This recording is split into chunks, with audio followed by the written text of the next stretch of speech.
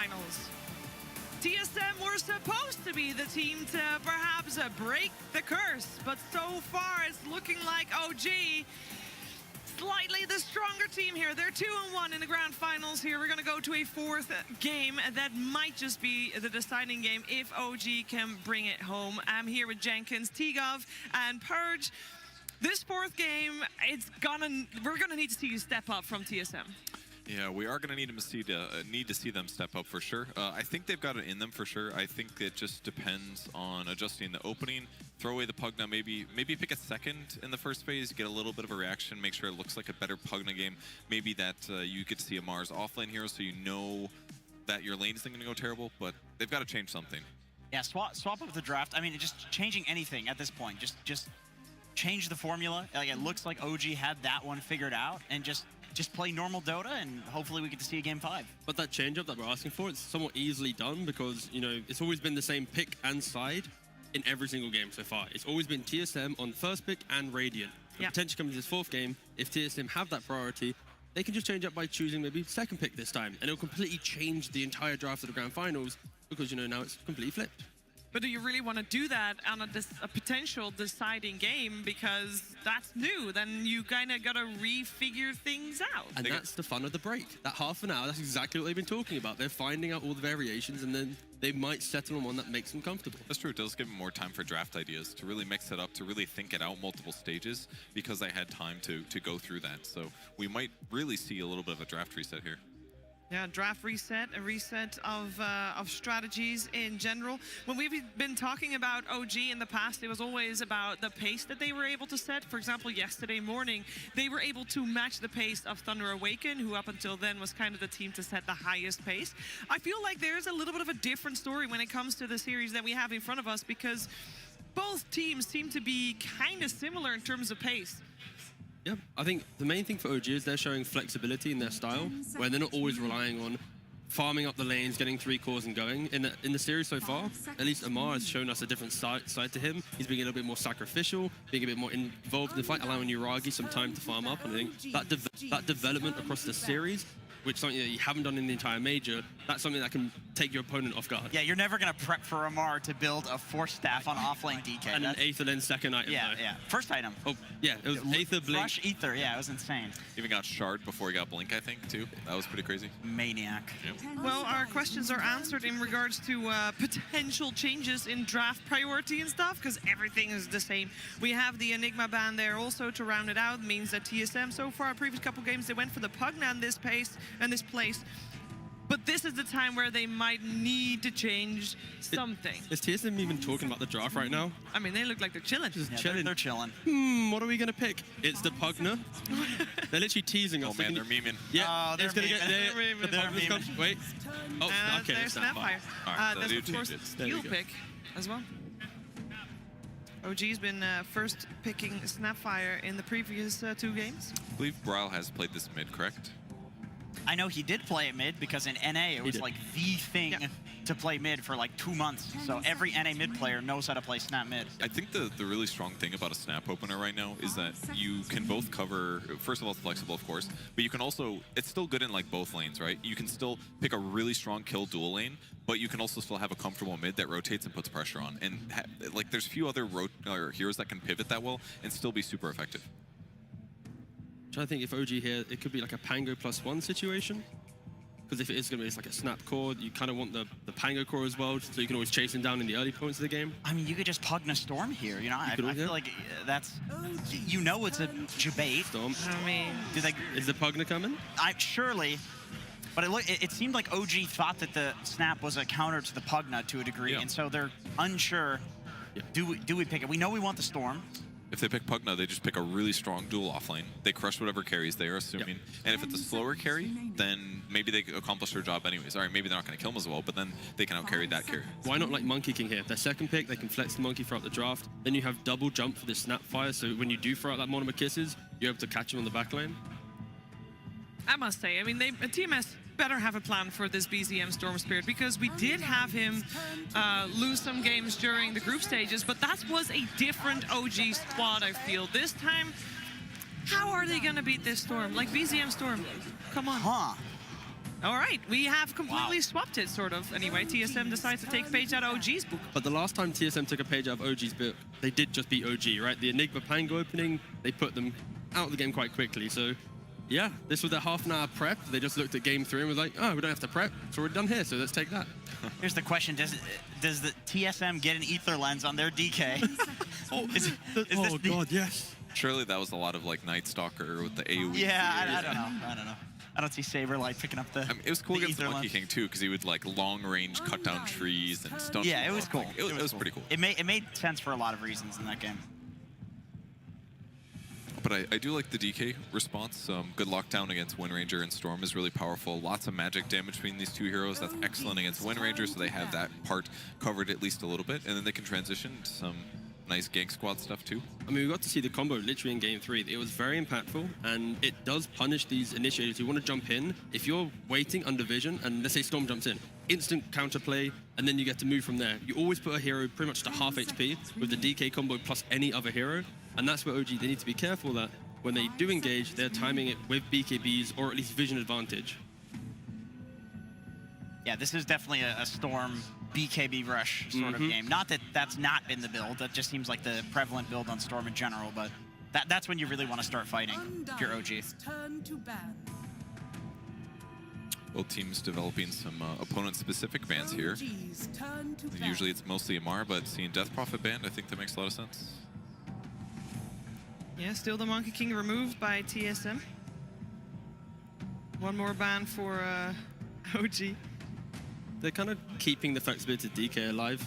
With Monkey potentially in that safe lane, DK in the off lane, of course. You don't really want to have that melee matchup. Was it No Tail or Seb that tweeted that Moon Meander's Mirana was like the best they've seen? That was No Tail. Yeah. That was No Tail. Yep. And then it was Saberlight who tweeted at OG that he'd beat them, and then Seb that tweeted at Saberlight that. There's a lot of tweeting action going on between these guys, yeah. For sure, for sure. But the Mirana looks like a pretty good pick for TSM. Ooh. I like the idea with the Mirana. It would work out nicely. It might change their lanes. Maybe you want to wait to pick it until you see... I guess you have to pick both your heroes now. Why is Mirana a good pick here? Why does it fit? Just lanes well with DK, obviously. That's lots of stun setup, especially if they get like a initiator mid as well. I don't think it'll be a 5 Mirana in this case with these guys. Now this is a game where they might get that Slaughter for OG. You have a Grimstroke already, you now have a Storm jumping, double Inkswell targets to get on the back lines. They want to look for fights with these heroes. That's a good point. Yeah, in most other games, Slaughter hasn't looked that effective because it feels a little finicky. But yeah, with Inkswell, it makes it feel a lot better. Again, it depends on TSM pick, but just to keep it in mind if you're TSM. Yeah, they're really thinking about this. A lot of the reserve time in the last draft was used on the bans. This one, more so, it's the picks. It's very difficult to flex heroes when you're first pick, because this position here, you have to pick 2 heroes. You've already locked in, you know, the snap, the DK. You kind of want to keep them open, but you have to reveal something. That's why teams often enter this phase of, you know, support plus another core, and then you get to kind of hide the core for just one more pick. So if you want to make sure that you keep that flex potential alive, you have to kind of pick your 5 in these two. So, for example, Bane is still in the pool. If you guys are talking about Mirana, Bane instantly comes to mind as well, having a good setup. And we know Dubu is superb when it comes to positioning, which is incredibly important on Bane. Yeah, you're right. They could snap mid and then do some Bane Mirana. Like both of these heroes are very flexible, so they have a lot of choices to run through in their heads and, you know, decide what the best option is. I still feel when you see this much skirmishing, okay, they go Lash. Ooh. Same as game 3. So why these two? You got a little extra tower pressure coming out. That's nice. We know Tomato can farm great on the Wraith King. These heroes just get tanky really quick. So against heroes that want to jump you and find you, Lesh can go Hood into yours, Hood into BKB, yours BKB, naturally able to keep alive. And now you're going to have a tri-core of Lesh, Wraith King, DK that are like 20 minutes in the game. You can brush off a Storm jump or an Inkswell combo if you're able to mirror the farm of your opponent. Yeah. Also, in terms of the early game, if Leshrac goes to DK's lane, it's a guaranteed kill, it's setup. If Leshrac goes to Wraith King's lane, guaranteed setup, guaranteed kill. Snapfire, same thing. Like, they have 2 heroes that do a lot of damage, and then 2 with setup, and then 2 heroes that do setup in both of the side lanes.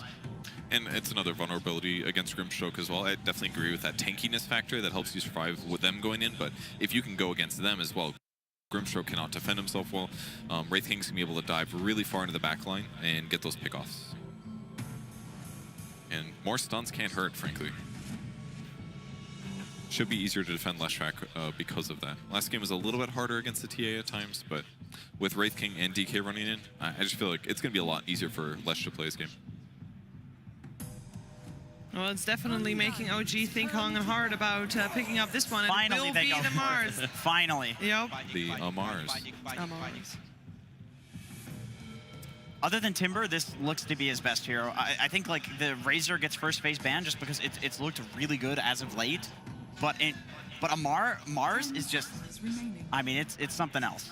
I mean, they needed a way to kind of keep the fight in a certain area, and this early siege from Leshrac plus DK, now they have a play where Mars can just position in the lane, and then Storm +1 can rotate in when needed, rather than having to all come at the same time. Mars is kind of just the counter-aggression in the early game.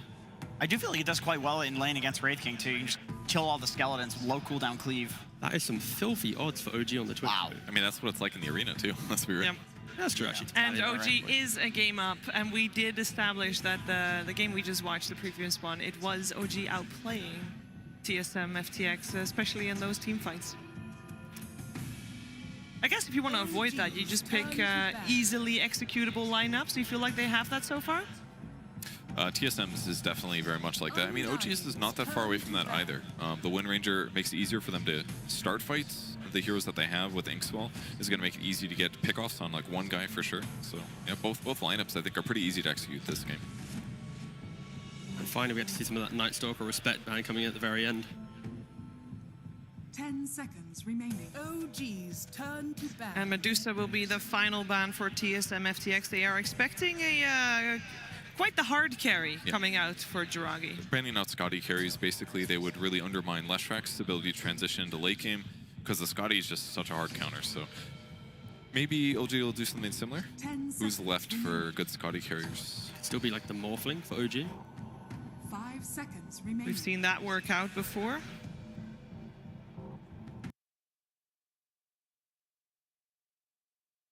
Here's Dream. He's 2 games and 2 wins so far, and it's been in the clutch games as well. Yeah. Yeah, being able to instant stat morph before, you know, like a DK stun comes in or Wraith King stun, that feels really good. Much easier to execute that on land. Ooh, an IO last ban coming out, still respecting the flex potential for TSM, of course. It's made Leshrac pretty powerful, and not to mention safe stuff when OG's all about single target burst, at least jump, burst, kill one guy, relocate could be good. 10 seconds remaining. This is the undying game. You think so? You throw down the tombstone, it kind of helps cover the Lesh and the DK. You know, Storm has like top 5 win rate versus Undying. Wow. Okay. All right. Everyone was shocked at the silencer. Well, it is not the first time that they've picked it. Better yet, the first time that they did pick it, it was also against OG in the first round of the upper bracket. Yeah, Dubu played it. He actually won 1 point in his glaives, and he just glaved it up. And Did he have a Wraith Hand as well or something? I swear he had like a weird build. Yeah, yeah. Yeah, it was a bit of a weird one, but could be okay here. If he gets jumped, obviously he's dead, but the whole goal is they start the fight, you global silence. Yeah, maybe they stun into Inkswell you, but there's nothing after that. Ooh, Bloodseeker coming out. That's a lot of fight from OG. Like, again, it just feels like game 3 where they're going to play out their laning phase and they're going to look to take the fight. They're going to easily get the BKBs early. Silencer, unfortunately, as a hero is very hit and miss. If you are able to dictate every fight in the early game and your global has great effect, you can crush the game. But if you don't find that, your enemies get the Mantas, the BKBs online, even the tier 4 items, it can be a struggle. And rupturing Leshrac as well is really powerful because he's normally going to want to run around the fights. So that might really limit his ability to DPS for his team. And it's going to leave it on the back of basically just Wraith King, who might just be chain stunned. All right. This potentially is our final game of the Grand Finals, but I would like to hear you guys' opinion about it. T? Oh, yeah, You wanna go first? I'm leaning a bit OG. I see heroes like Storm and Bloodseeker. I kind of lean that way. Okay. Yeah, me too, I think. I'm also leaning OG. And I have a flower. A little bit of a biased panelist coming out, but hey, we've seen this before. The jinx is complete, I feel, but we're gonna find out how this plays out. It's time for the 4th game of this Grand Finals. Let's head over to OD Pixel and Cinderin. Thank you very much.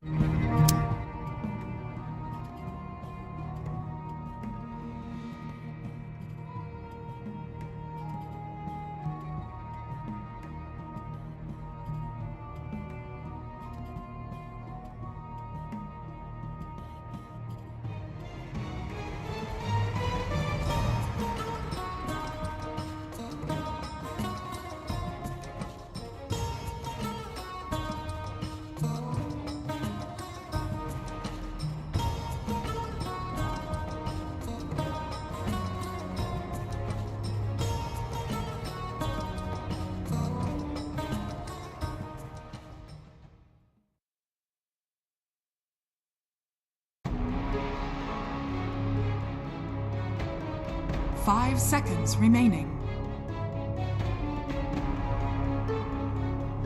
Undying's turn to ban. OG's turn to ban.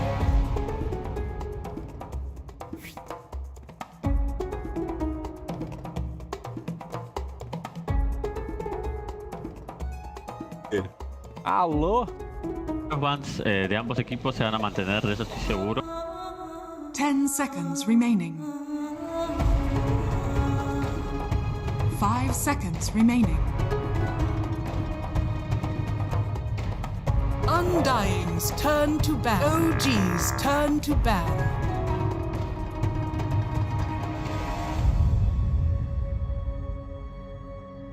Паник, паник, паник.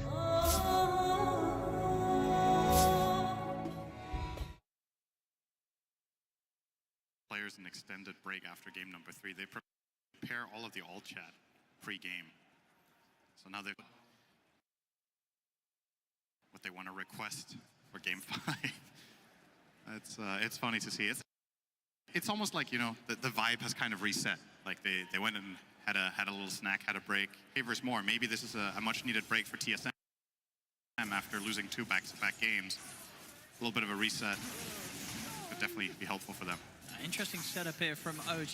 They were going to try and look for first blood down bottom. They had Tiger sticking around for an opportunity, but won't be able to catch any TSM FTX. So, of course, he'll head to the top, look to back up Uragi. And that final pick for OG. And how does sort of the prospects look for a carry Bloodseeker in this sort of match? Will there be a lot of opportunities for him to run freely around the fight and cause chaos?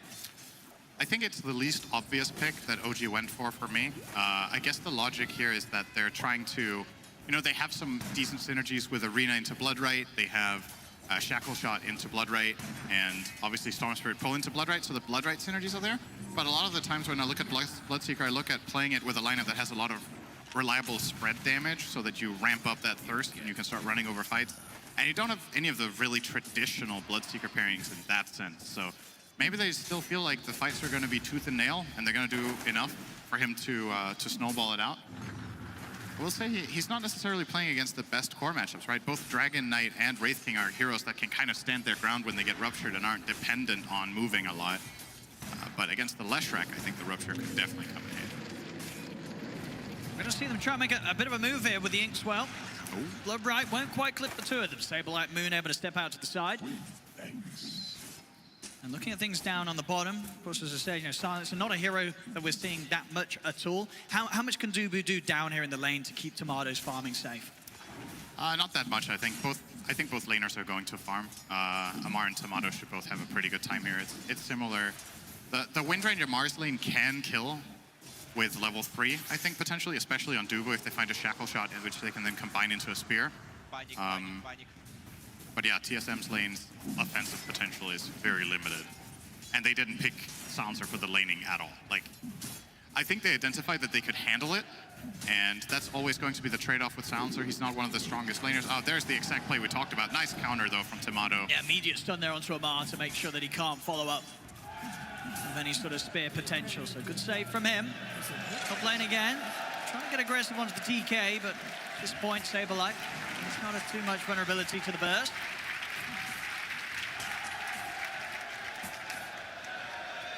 Bottom lane, Seb. Dubu's very, very low here. I'm sort of baiting Seb to hunt around the tree line for him. He'll turn with the curse. Seb is going to take quite a bit of damage from this one. Will live, and in fact, he's baited them in to maybe set up for something themselves. They turn with the shackle into the spear. The charges will be there for Tomato as he'll try and run away from this one, but Amar and Seb, they'll take him down. First blood for Amar.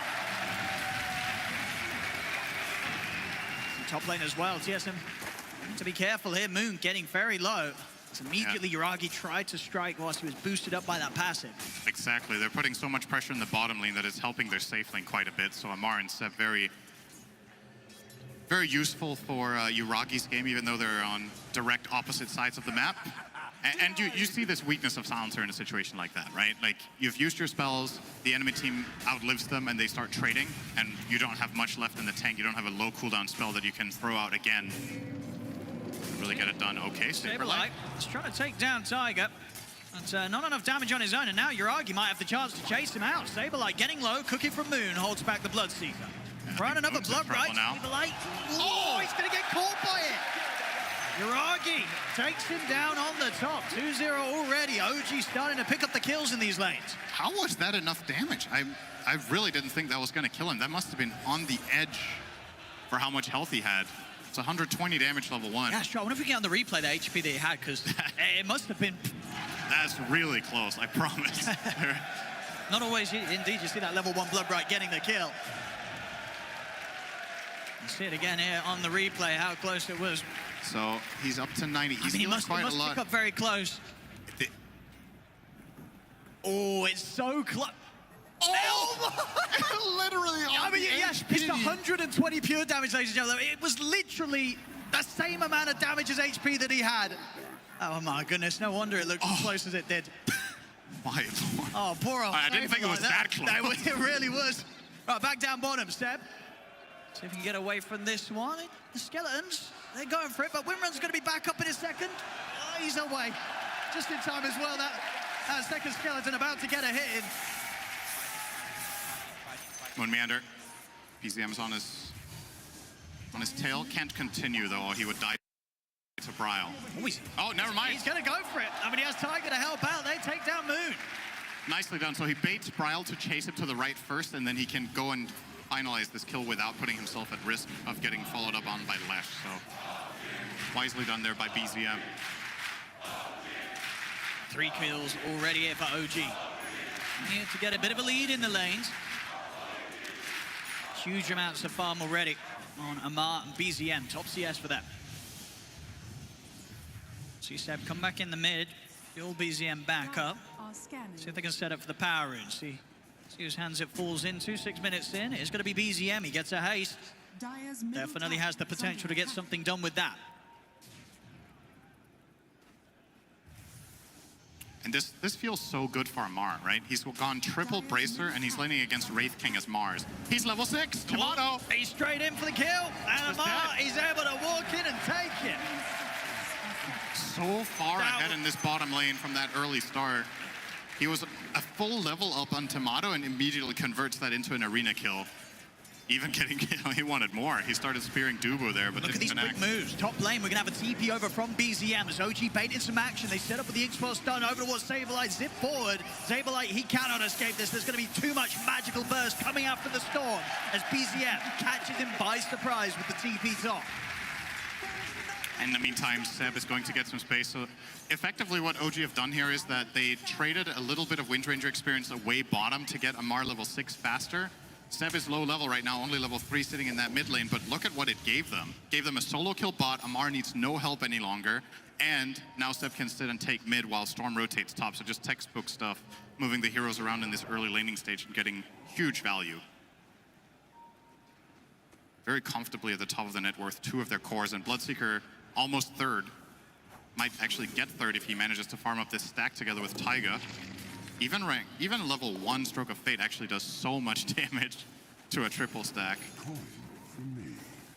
Yeah, they should be able to clear this. Yeah, you'll get it. Less Moon, they can try and steal some of this from OG. Okay, got a bit of it there, Saberlight. Got a couple of the medium value creeps. Actually, they steal away a decent chunk now. Yeah, they get the majority of this. TSM That went better than I thought it would for them. So good steal here from the two. Maybe with the cookie setup, they could try for a kill. Immediate Phantom's Embrace does come out to try and slow down the silence. That will get the chance for Tiger to get the ink spell off himself. So Saberlight can't commit for the kill. Moon's going to opt for the TP out. He's away in time. Heads up play there. In the meantime, bottom lane, Amar. Again, Tomato will retreat to the jungle, and that's going to be 2/3 of a tower claimed by a solo Mars. Like, this isn't any involvement from a gank or a pushing hero, anything like that. No siege creep either. He's just slowly over time whittling away at it. Tomato cannot solve this lane on his own at all against a Mars with triple brace and soul ring. So tanky here early on. This itemization is incredible value for the time being, and Amar knows exactly how to get the impact with it that he wants. Absolutely, makes it very unappealing for TSM FTX to make some sort of half-hearted move down here to deal with him. They'll have to bring the numbers if they want to try and threaten Amar in this early game. Yeah, I think theoretically speaking, even Leshrac rotating down here isn't a guaranteed kill. If there's any TP rotation from a Storm, that could end badly. Because they have to burst through 1,600 health on that Mars, and Wraith King is not going to do much of it, that's for sure. So, yeah, only Leshrac can really do that. And they just don't want to use the resources there. They're going to look for their own move top instead and likely just concede bottom tower. As it stands though, Tiger, the only one showing on the wave. Ideally, TSM FTX, they want to find Yuragi.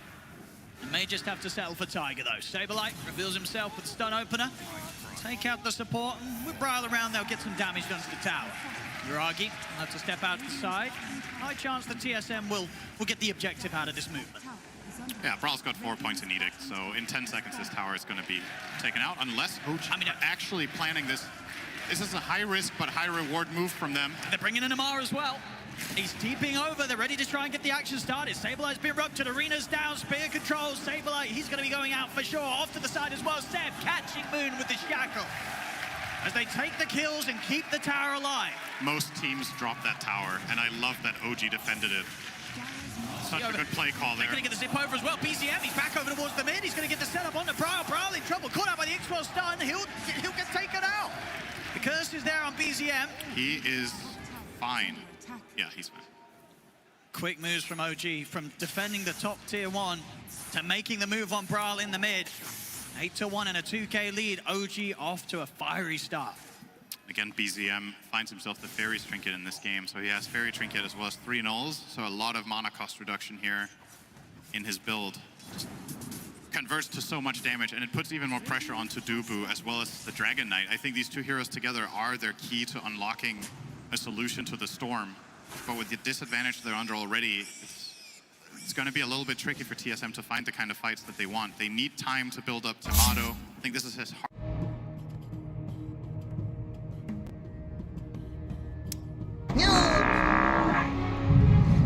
You may now select your Silencer.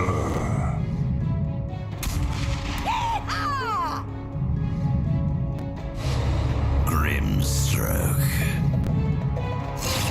Bloodseeker. De la partida. Es cierto, en contra de Leche es muy bueno.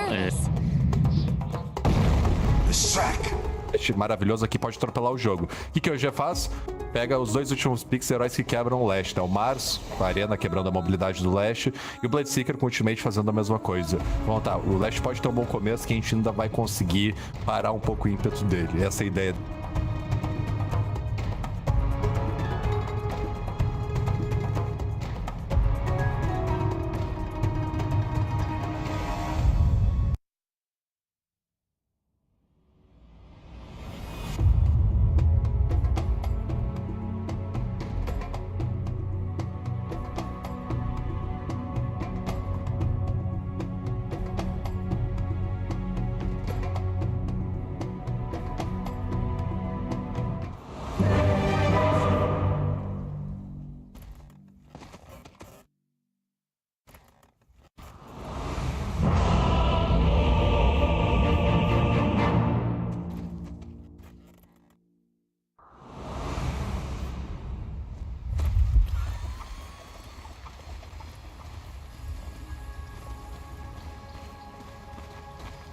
Prepare for battle.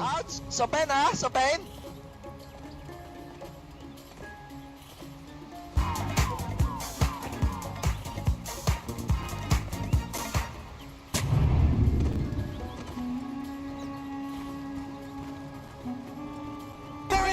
nothing that can stop this man! There is nothing that can stop this man!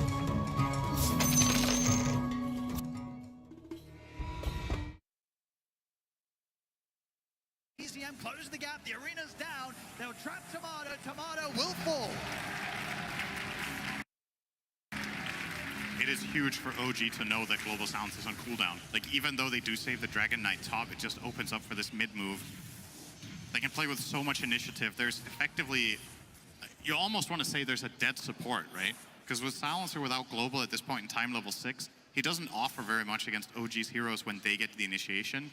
He can contribute when his own team is going first and then prevent some sort of a counter combo, get a little bit of damage in the slot with the curse, but against these jump in burst moves from Storm and Grim or Mars Grim with a power shot on top, Silencer doesn't offer very much right now. It is one of the weaknesses of the hero you really need to find value out of Global, all right? They know the importance of trying to make moves whilst the BKBs aren't done yet. They find Jiragi. Good smoke up from TSM FTX.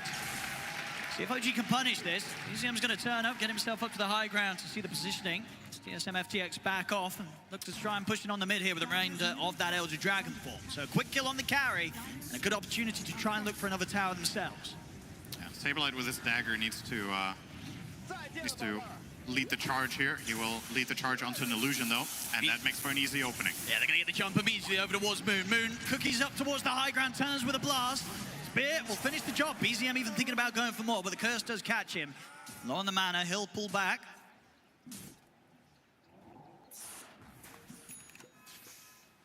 As the Yule's done now, Brile, so a bit better chance with the setup. Some sort of way to save himself by time if he ever gets jumped upon by BZM. Yeah, not only save himself, but also the possibility to kill, right? If the Storm jumps him and he uses him, it's a guaranteed setup for Split Earth, unless if he gets immediately countered by a Shackle Shot or a Mars stun, but Amar has not gone for Dagger. He's completed a BKB 15 minutes in instead. This Mars is more or less invincible, I want to say, at this point, unless he gets chain stunned until his death. Seems like a tall order, so he can play very aggressively.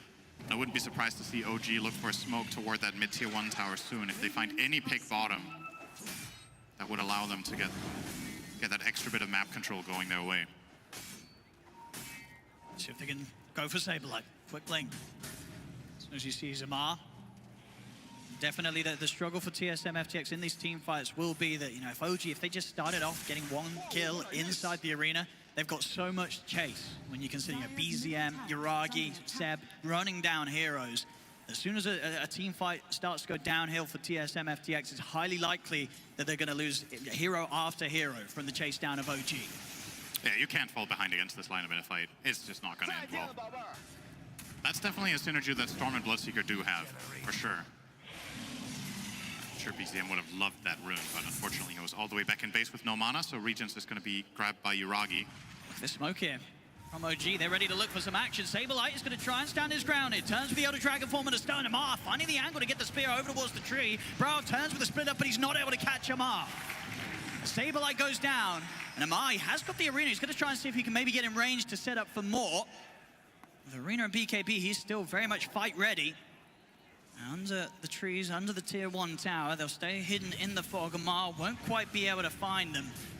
TSM FTX indeed having to just play so careful here, really respecting the fact that Amar, he'll absolutely just charge in, drop an arena, and trap any of these heroes that present themselves. I think they're just going to continue to push this mid-tier 1 now, all right? Brawl will evade the spear, so maybe OG, they're thinking twice about it. They don't have to commit either. They do have the Storm and Bloodseeker both farming jungle while they're keeping TSM on their toes around that mid-tier 1, so nothing much going to come from this from OG except just, you know, more map efficiency. They're just getting more gold in the meantime because TSM don't know how many heroes they need to defend with. Effectively, OG just bullying them here with 3, with Amar standing in front. This almost impenetrable wall. They're going to try to force this BKB here. Let's see what they can do. They get the stun to open things up into the Raid 5 blast as well. Amar getting low, but now the ink swells out. The arena's down. He pops.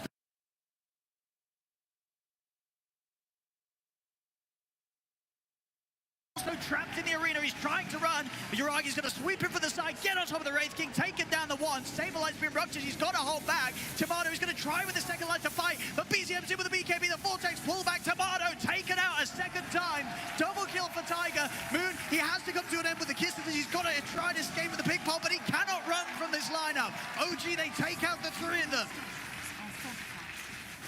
And they're going to take the mid tower now as well. There's just no way TSM defend this. What an amazing play there from Amar. Not only does he, he baits them to go on him, but he holds the BKB until he gets global. He arenas them, doesn't BKB. The moment global comes out, BKBs gets a two-man spear. You're going to see the replay of it here, just perfect. And I think TSM maybe a little bit naive here. I think you need more heroes if you want to get this kill. You're not going to kill this with just 2 cores.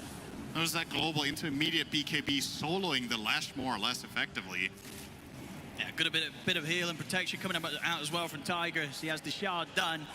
And yeah, Saberlight that whole fight unable to get involved as he was held back on the side. With these BKB timings, just not a lot that they can do outside of Tomato trying to get the hits in. And Tomato himself, of course, at this stage, no BKB done for himself, getting completely controlled by OG.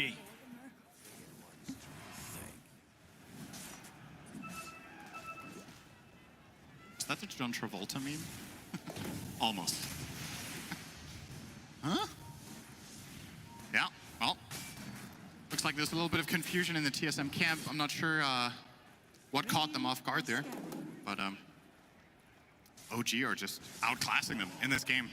All to boot. It's looking very dead here. They get a quick jump onto him. Another kill added to the score here for OG, 16-2. As they sweep the map in order to make sure that TSM FTX don't feel safe anywhere that they step out. They've got to be so careful, especially with Amar leading the charge. Blink BKB, he is ready to catch anybody that he sees. Oh, top lane Saberlight, BZM. He has Arcane Rune. He's not getting out of this one. This is just going to be another one, surely. The Gale Force as well, blowing Saberlight back over towards Seb. Moon Meander, he'll get out of the Blood Right, but he won't get away from these two. Vortex pull back, another kill for OG. TSM, FTX just seemingly unable to slow them down at all.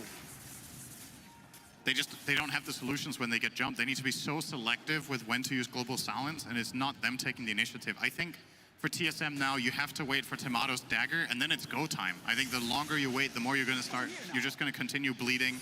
You're losing map control, you're losing the power runes. BZM now getting a DD as well. It's getting worse by the minute. You're running out of time, basically. The moves have to start happening. I don't know, like maybe you can wait for Brawl's BKB, but how many heroes is that going to cost you? It just feels almost impossible not to get jumped by this OG lineup in the meantime. And even if you do farm that item and mitigate your losses, you're still losing on just raw economy from waves being farmed. And so much of this comes down to Amar's Mars being able to just box out heroes, right? Like wherever he goes, how many resources are you going to bring? He's effectively playing Mars like Timbersaw this game. Goes to a lane, like, come at me, guys. They're going to have to use so much. I mean, look at this. The comparison between the two offlaners is quite the world of difference. He's having a perfect game here, Amar. 5-0-6. Insane amounts of CS as well, way over the 10 per minute. This is a very, very scary Mars, and they have so much damage to follow up on it as well. We see as well this game, BZM picking up the early shard. So there's an extra bit of burst from the overloads that he's going to be able to provide his teammates. It means that anybody caught will die in an instant. Still at a stage of a game where there's no BKBs up for TSM FTX at all. You get jumped, you will die. Yeah, pretty much. The Global Silence has... I'm not going to say it's run its course, because it can still have a major impact, but I think TSM were planning on more than 2 kills in 22 minutes with this lineup, so yeah, maybe it's time to panic a little bit. Better keep it cool. Look for the options that you do have, which are, once again, very item reliant. So, Dagger on Tomato is complete. Leshrac BKB, 700 gold away for Bryle. I think TSM at that point are going to go for what, from our perspective, almost looks like a Hail Mary. I wonder if Moon feel the same way. Moon is toast. Yeah, tries to get out in the trees, but Amar knows exactly where he's trying to play out of there with. As he goes down, and now over towards the Roche. OG, no.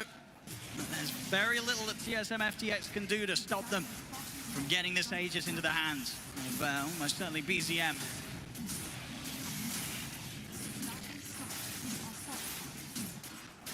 As TSM just trying to take something in return. They're working on towards the push down bottom, but TPs are coming in. OG, ooh, not quite able to catch him. Stabilize able to blink out in time, but BZM, he does look to attempt to chase. TSM FTX will get their way out of there. A bit of damage done to the tier 1, but not even able to finish that off with the space they were trying to play with. They put the Aegis on the Bloodseeker for the Storm. Yeah. I guess BZM just feels so safe in this game that he doesn't need it. A lot of the time you want to put this on Storm because the second life with the full mana bar is just insane value. But it can relies on Bloodseeker for sure. Oh, he's been found at the top. Let's see if there's any way of getting out of this one. There is, and Brawl goes down. Finally getting his BKB now that he's back in the base. Over in the mid, Amart, they just make it play so quickly here. He's going to look for the spear setup. Tomato does have backup of Moon. Any way they can save Tomato. Seb's coming in from the side as well. Gale Force making sure that Tomato, he cannot run back towards the safety of the rest of his teammates. They'll try and run off to the side, but BZM's going to be there ready and waiting for him. They take him down the one. Tamar in position to set up for a second time. Tomato, he's dead for sure. Just an absolute masterclass by OG in this game of what you can do with an advantage when you have the right heroes in the right place, you know? You're playing against a lineup that theoretically does have quite a lot of play potential, right? Dragon Tail, you have Wraithfire Blast, you have Leshrac and Snapfire with the long-range artillery, high damage, and Global Silence roll-up, but it's OG just completely oppressing them out of their side of the map. Aggressive warding, just quick moves, and taking all of the initiative. And it feels bad for Dubu. It's very, very hard to play Silencer like this. If your team is this far behind and you're not making moves, you're like, your finger is on Global Silence all the time, but you're like, is this the right moment? Should I save it? Is there going to be, am I going to regret this if I cast it immediately when one of my cores gets jumped? And he has been holding it for quite a while, but we're still missing that move from TSM where they're showing that they're, you know, going to try to find a way back into the game. I think if you just keep farming even further, now you've got your BKB on Lesh and you're still not trying to take initiative with this. How many more items are you looking for? Are you waiting on the BKB on Dragon Knight as well? Are you waiting on the one on Wraith King? And then once again, how much is it going to cost? Like, how much are you bleeding out? You're going to lose bottom tier 2 at this rate if you don't defend that one. In just a matter of time, you would imagine, before Moon Meander gets his 8th death in this Snapfire against Storm. Just constantly on his tail. Dubu's going to cast spells bottom. It's a bit risky. Knowing his position. Well, they may look for the chance to dive him immediately as soon as he shows himself with the spells, he's out of there. He knows not to stick around. As OG take this tier 2 tower, TSM FTX continuing to just not be interested in trying to make a move until they have the triple BKBs. Tomato is about 1,500 away from his, or rather closer to 2K. And Dragon Knight needing the recipe, so a little less than 1,500. So quite some time here, a couple of minutes. It's a dangerous spot to be up top. Tomato is going to get caught by the controllers there. Jump forward from Amar. Is there any way to protect this Wraith King? It will have Reincarnation. It just came back online. Yes, 5 seconds on the TP. They can't even global TP out here. Arena's out. There's no chance for Tomato's escape. As OG take him out. Put that BKB on hold for a little bit longer. I mean, I guess as far as the gold goes, it's kind of flatlined for a bit now for TSM, so it's, I guess in a way they're doing a little bit better than I was expecting, given the circumstances, but I'm sure I'm speaking for everyone when we want to see TSM get the next kill, you know? First of all, get a kill. Secondly, the dream scoreline that could bring them back in the game. I think we did get that scoreline once before in one of the series, and it did actually turn it around. I want to say, I think it was in the Fnatic OG one. Well, it's not happening here. It's not happening here. BZM making sure that the dream doesn't occur as he takes out Moon Meander. 23-2. He's pretty much got that Lincoln Sphere done. I mean, between that and the BKB. I mean, this is backwards. That's true. That's pretty close. I'll take that. Saberlight. And still, of course, yet to get that BKB picked up. It looks like he's going to... Oh, no, okay, BZM's ready to go back in. Not quite able to get the correct read on his position. He's still got some mana to play with, and Seb, he's coming in from the side. They've got the shackles. Saberlight. There's no escape from it. Inside the base, Tomato just gets taken out.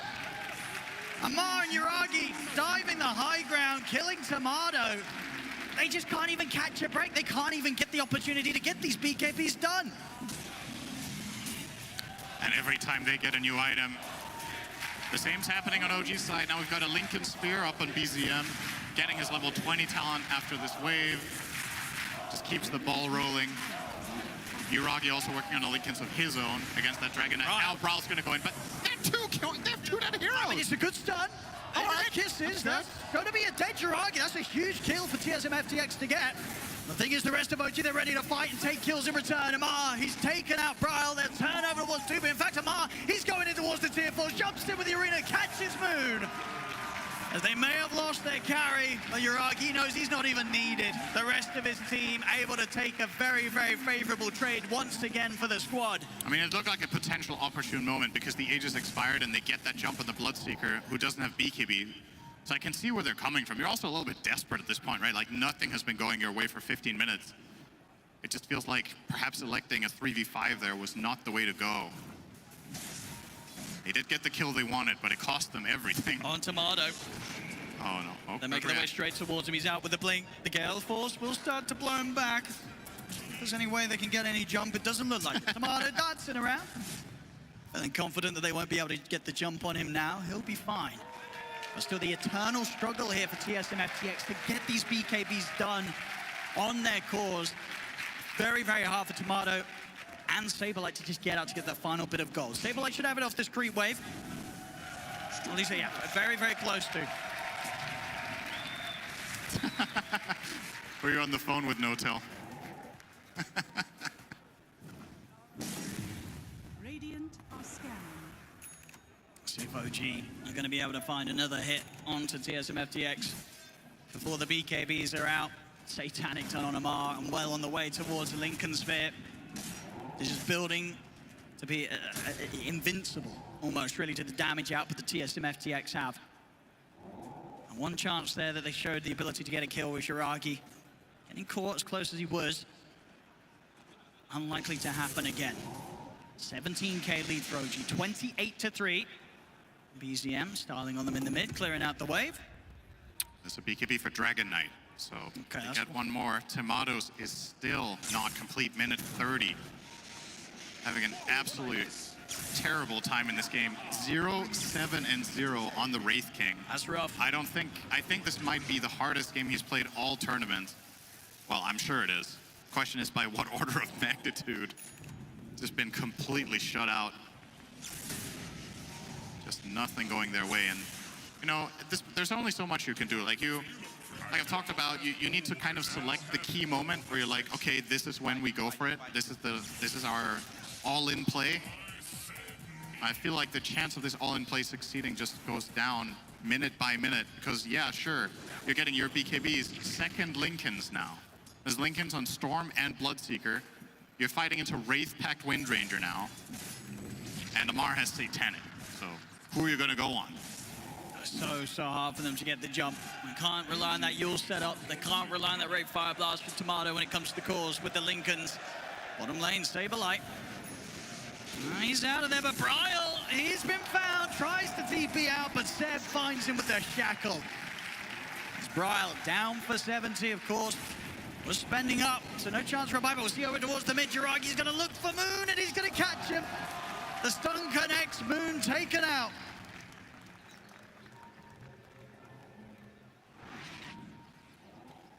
(30-3). We've seen quite the difference in the score lines during this major, and some beatdowns. A lot of them done by the hands of OG. This one, when it comes to the kills, pretty much dwarfing them all. 30-3, a huge lead on the kills, and the goal close by as well. 20k advantage for OG. This is generally not the kill distribution you're expecting when you say this game had 1 kill per minute. But you know, one team is accounting for, what's that, 91% of all kills. It's tough times for TSM. You know, you're trying to look for a bright point for them, but they need to present it. It's just OG with all of the initiative, making all the moves. BZM going for a huge dive. If he would have caught anyone there, that's one on the highlight reel, but no target. No one's connecting on that huge ball lightning. Straight down through the mid with a TP. If that connects on Silencer, it is a one-shot. Well, here we go. Okay, now it's time. They've got the BKBs. What can they do? They're going to try and jump Jiragi, but he's immediately responds with the BKB. The Lincolns of the BKB, they can't quite get through that. He find a stun to connect. Jiragi's fine. Quick reaction, but TSM FTX not to be hard done by. They're going to go for it again. Another smoke. I know that Jiragi's BKB is on cooldown for a minute. This might be the window that they need to to find some action. But OG, they're fully aware. They're going to start to group up and make sure that if Yuragi is the one to be found, the rest of the team's around him. Look at Mars positioning. He's just running into Look how much HP he has. You don't want to jump this Mars. This guy's not dying. He has Lincoln too. Like, they're going to try and get around Amara and look for the backlines. all right, Amar's going to just run into There's the him. jump. They'll get themselves on top of the target, immediately looking for the Grimstroke. They'll get him. Over to the side, though, Mile. Drop the arena. Doesn't manage to catch anyone, though. Sableye turns towards 7. Yuragi off the backlines. BZM will zip straight forward towards 2 with the God's Review. Takes out the Silencer Spear as well, connecting onto Moon. 2 down. Yuragi, he's looking to clean up as well. Sableye falls. Tomato goes down the ones. See a buyback come out from Moon. Tomato's going to opt for the BKB TP out. Tried to toggle his way to safety, but he cannot survive. He goes down. Chase over towards Browse. Moon with the Scalablast trying to push back OG, but the Shackle